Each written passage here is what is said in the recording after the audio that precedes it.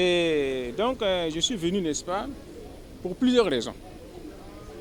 D'abord, il faut dire qu'il y a le salon international de l'artisanat du Mali qui se tient. Et nous sommes venus pour la cérémonie d'ouverture. Et je suis venu avec une très forte délégation. Plus de la moitié du gouvernement burkinabé est là. Tous les ministres voulaient venir, mais certains ont été empêchés, soit parce qu'ils ont eu d'autres occupations, soit parce qu'ils devaient voyager. Et donc, mais ceux qui étaient disponibles, tous sont venus ici. C'est pour marquer, n'est-ce pas, les relations fortes qui lient nos deux pays.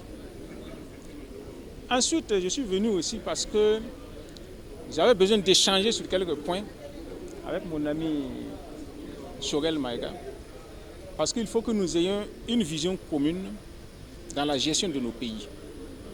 Et c'est ce que le chef de l'État m'a dit encore ce matin, avant que je ne prenne l'avion cet après-midi.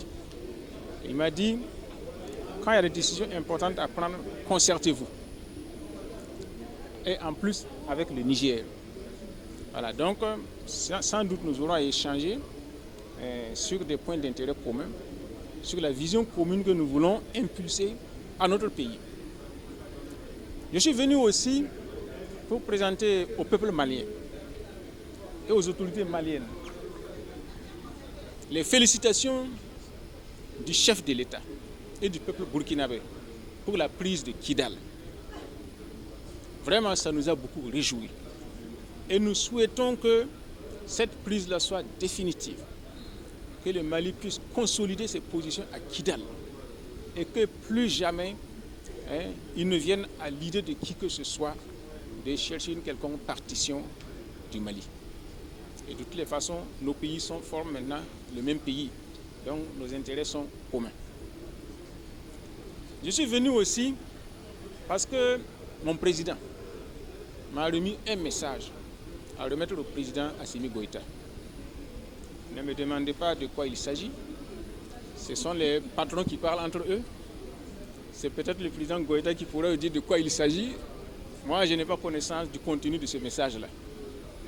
Seulement, ce que je peux vous dire, c'est que les relations entre le président Traoré et le président Goïta sont au beau fixe. On peut dire que c'est comme deux frères. Ce que pense Goïta, c'est ce que pense Traoré. Ce que pense Traoré, c'est ce que pense Goïta. Donc, ça ne peut pas être mieux que cela. Ensuite, je suis venu pour m'adresser au peuple malien et aux autorités maliennes et leur dire que nous devons être courageux. Le destin des peuples sans courage, c'est d'être dominé et exploité. Nous l'avons vécu. Nos ancêtres ont été traités en esclaves. Nos parents ont été colonisés. Nos aînés ont été néocolonisés. Il revient à nous maintenant d'en prendre conscience, d'avoir le courage d'aller plus loin.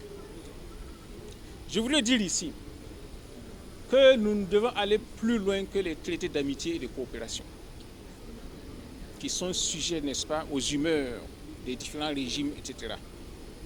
C'est pour ça que j'appelle au courage. Nous devons avoir le courage de franchir le pas, de constituer une fédération entre les États de la charte de l'Iptako-Gourma, qui constitue l'alliance des États du Sahel. Nous n'avons pas droit à l'erreur, sinon les générations futures ne nous pardonneront pas. Donc voilà le message que je suis venu pour porter au Mali, et voilà quelques-unes des raisons pour lesquelles je suis là.